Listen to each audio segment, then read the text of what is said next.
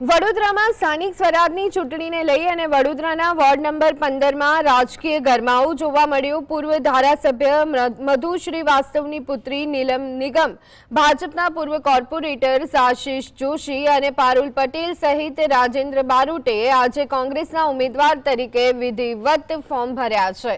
વાઘોડિયા રોડથી ભવ્ય રેલી સ્વરૂપે નીકળેલા ચારેય ઉમેદવારોએ શક્તિ પ્રદર્શનની સાથે પોતાની ઉમેદવારી નોંધાવી હતી।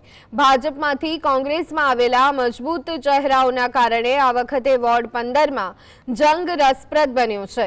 રાજકીય વિશ્લેષકો આ ચારેય ઉમેદવારોને જીત માટે અત્યારથી જ પ્રબળ દાવેદાર માની રહ્યા છે। પેનલ કોંગ્રેસની પેનલ આવવાનું કારણ એ છે કે હું અહીંયા 30-40 વર્ષથી ધારાસભ્ય તરીકે છું। મારો દીકરો 11 વર્ષથી 10 વર્ષથી કોર્પોરેટર છે। આશિષ જોશી બી કોર્પોરેટર રહી ચૂક્યા છે।